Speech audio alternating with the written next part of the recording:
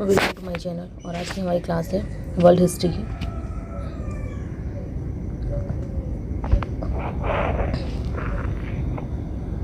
आज का हमारा टॉपिक है पुनर्जागरण। पुनर्जागरण का प्रारंभ हुआ था इटली के फ्लोरेंस नगर से। इटली के महान कवि थे दांते, जिनका कि इस टाइम पीरियड था 1260 से 1321 ईस्वी। इनको जो है पुनर्जागरण का अग्रदूत माना जाता है। इनका जन्म हुआ था फ्लोरेंस नगर में दांते का। दांते ने प्राचीन लैटिन भाषा को छोड़कर तत्कालीन इटली की बोलचाल की जो भाषा थी टस्कन, उन्होंने डिवाइन कॉमेडी नामक एक काव्य लिखा था। इसमें दांते ने स्वर्ग और नरक की एक काल्पनिक यात्राओं का वर्णन किया था। दांते के बाद पुनर्जागरण की भावना का प्रश्रय देने वाला दूसरा व्यक्ति था पेट्रॉक, 1304 से 1367 ईस्वी में। पेट्रॉक को मानववाद का संस्थापक माना जाता है और यह इटली का निवासी था। इटालियन गद्य का जनक कहानीकार योकेशियो सन 1313 से 1375 ईस्वी को माना जाता है। कहानीकार वोकेशियो की डेकोमेरॉन नामक एक प्रसिद्ध बुक है। आधुनिक विश्व का प्रथम राजनीतिक चिंतक फ्लोरेंस निवासी मैकियावेली 1469 से 1567 ईस्वी को माना जाता है। मैकियावेली की प्रसिद्ध पुस्तक है द प्रिंस, जो कि राज्य का एक नवीन चित्र का प्रस्तुतिकरण करती है। आधुनिक राजनीतिक दर्शन का जनक मैकियावेली को कहा जाता है। पुनर्जागरण की भावना को पूर्ण अभिव्यक्ति इटली की 3 कलाकारों की कृतियों से मिलती है। ये 3 कलाकार हैं Leonardo da Vinci, Michael Angelo और राफेल। लियोनार्दो दा विंची एक बहुमुखी प्रतिभा संपन्न व्यक्ति था। वह चित्रकार, मूर्तिकार, इंजीनियर, वैज्ञानिक, दार्शनिक, कवि और गायक भी था। Leonardo da Vinci the last सपर और मोनालिसा नामक अमर चित्र के रचयिता होने के कारण प्रसिद्ध है। द लास्ट सपर और मोनालिसा 2 इनकी अमर चित्र हैं। माइकल एंजेलो भी एक अद्भुत मूर्तिकार एवं चित्रकार था। द लास्ट जजमेंट एवं the fall of man Michael Angelo की कृतियां हैं। सिस्तान के गिरजाघर की छत में माइकल एंजेलो के द्वारा एक चित्र बनाए गए हैं। राफेल भी इटली का एक चित्रकार था। इसकी सर्वश्रेष्ठ कृति जीसस क्राइस्ट की माता मैडोना का चित्र है। पुनर्जागरण काल में चित्रकला का जनक जियाटो को माना जाता है। पुनर्जागरण काल का सर्वश्रेष्ठ निबंधकार इंग्लैंड का फ्रांसीसी बेकन था। हॉलैंड के इरास्मस ने अपनी प्रसिद्ध book the praise of folly में व्यंग्यात्मक ढंग से पादरियों के अनैतिक जीवन एवं ईसाई धर्म की कुरीतियों पर प्रहार किया है। इंग्लैंड के लेखक थे टॉमस मूर। उन्होंने अपनी पुस्तक यूटोपिया में आदर्श समाज का चित्र प्रस्तुत किया है। टॉमस मूर ने, ये इंग्लैंड के एक लेखक थे। मार्टिन लूथर ने जर्मन भाषा में बाइबिल का अनुवाद प्रस्तुत किया है। रोमियो एवं जूलियट शेक्सपियर, ये इंग्लैंड की एक अमर कृति थी।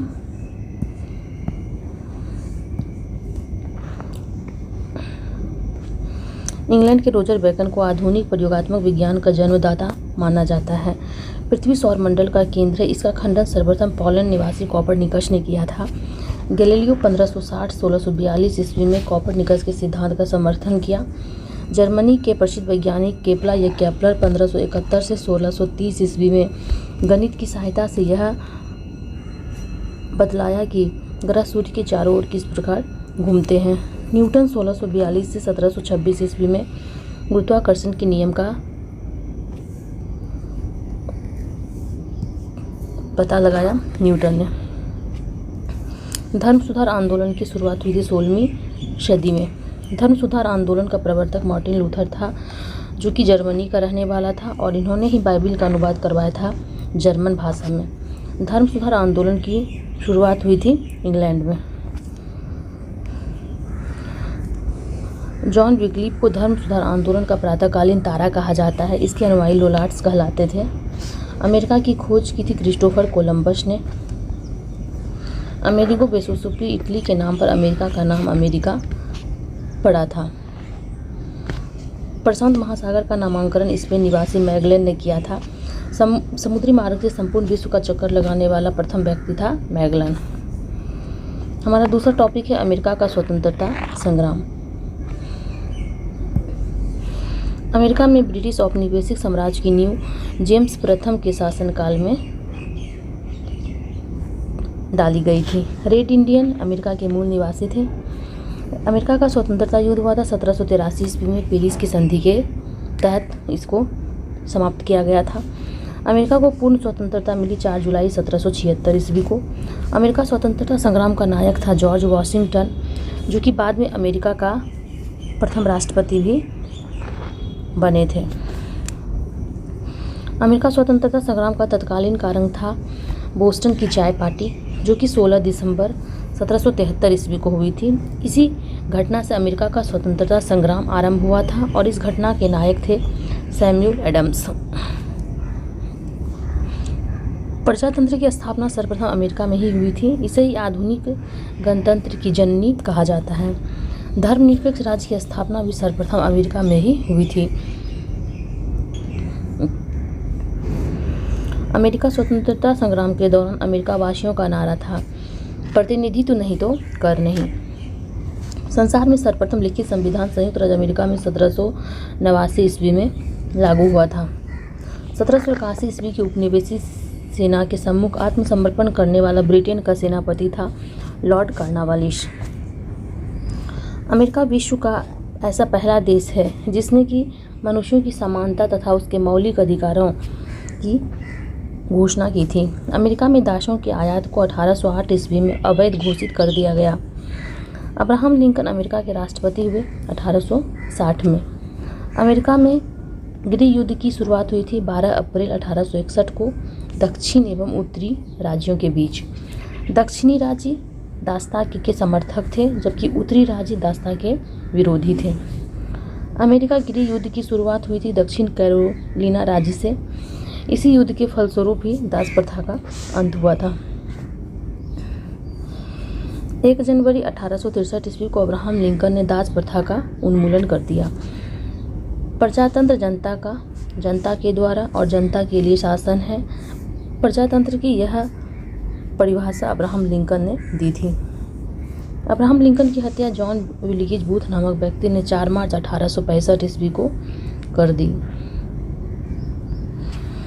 अमेरिका गृह युद्ध की समाप्ति हुई थी 26 मई 1865 ईस्वी को। अमेरिका फिलोसॉफिकल सोसाइटी की स्थापना बेंजामिन फ्रैंकलिन ने की थी। नेक्स्ट हमारा टॉपिक फ्रांस की राज्य क्रांति। फ्रांस की राज्य क्रांति 1789 ईस्वी में लुई 16वां के शासनकाल में हुई थी। इसमें फ्रांस की में जो सामंती व्यवस्था थी। 14 जुलाई 1789 ईस्वी में क्रांतिकारियों ने बास्तिल के कारागृह में फाटक को तोड़कर बंदियों को मुक्त कर दिया था। तब से 14 जुलाई को फ्रांस में राष्ट्र दिवस के रूप में मनाया जाता है। समानता, स्वतंत्रता और बंधुत्व का नारा ये फ्रांस की राज्य क्रांति की ही देन है। मैं ही राज्य हूँ और मेरे शब्द ही कानून है, यह कथन था लुई 14वां का। वायसराय के शीश महल का निर्माण भी लुई 14वां ने ही करवाया था। वायसराय को जो फ्रांस की राजधानी लुई 14वां ने ही बनवाया था। लुई 16वां 1774 में फ्रांस की गद्दी पर बैठा। लुई 16वां की पत्नी मेरी एतवांते वे ऑस्ट्रिया की राजकुमारी थी। राष्ट्र की समाधि वायसराय की भड़कीला राज दरबार था। लुई 16वां को देशद्रोह के अपराध में फांसी दी गई थी। टैले एक प्रकार का भूमि कर था, एक रेवेन्यू टैक्स था टैले।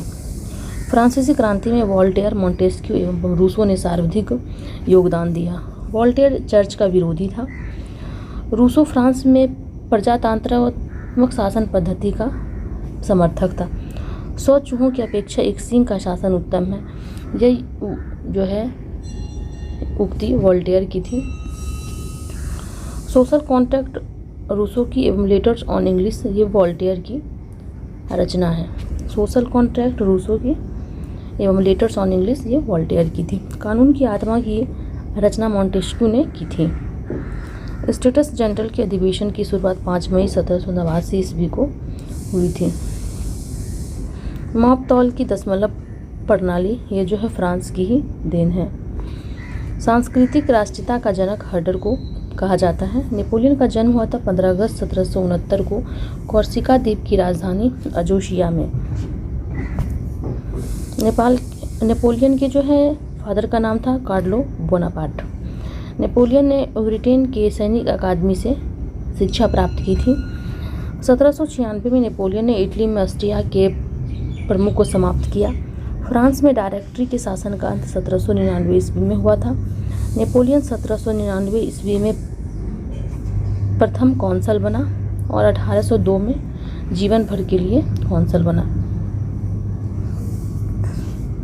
1804 में नेपोलियन फ्रांस का सम्राट बना। आधुनिक फ्रांस का निर्माता नेपोलियन को माना जाता है। नेपोलियन ने ही सर्वप्रथम इंग्लैंड को बनियों का देश कहा। नेपोलियन की पत्नी जोसेफाइन को तलाक देकर ऑस्ट्रिया की राजकुमारी मोरिया लुइसा से शादी की थी। नेक्स्ट है ट्राफल्गर का युद्ध। ये हुआ था 21 अक्टूबर 1805 को, जो कि इंग्लैंड एवं नेपोलियन के बीच में हुआ था। नेपोलियन ने बैंक ऑफ फ्रांस की स्थापना की थी 1800 ईस्वी में। नेपोलियन ने कानूनों का संग्रह तैयार करवाया, जिसे कि नेपोलियन कोड भी कहा जाता है। नेपोलियन को नील नदी के युद्ध में अंग्रेजी जहाज बेड़े के नायक नेल्सन के हाथों बुरी तरह पराजित होना पड़ा था। यूरोप के राष्ट्रों ने मिलकर 1813 में नेपोलियन को लिपिजिग नामक स्थान पर हरा दिया और उससे बंदी बनाकर एल्बा के टापू पर भेज दिया गया था, परंतु वह एल्बा से भाग निकला और उसे पुनः फ्रांस का सम्राट बना दिया गया। अंततः मित्र राष्ट्रों की सेनाओं ने नेपोलियन को 18 जून 1815 को वाटरलू के युद्ध में पराजित कर बंदी बना लिया और उसे सेंट हेलेना द्वीप पर भेज दिया गया। वहां 1821 ईस्वी में उसकी मृत्यु हो गई। नेपोलियन लिटिल कॉर्पोरल के नाम से भी जाना जाता है। नेपोलियन के पतन का कारण था उसका रूस पर आक्रमण करना। इंग्लैंड के वाणिज्य एवं व्यापार का बहिष्कार करने के लिए नेपोलियन ने महाद्वीपीय व्यवस्था का सूत्रपात किया। वियना कांग्रेस समझौता के तहत यूरोप के राष्ट्रों ने 1815 में फ्रांस के प्रभुत्व को समाप्त कर दिया। वियना कांग्रेस समझौता के तहत। Thank you.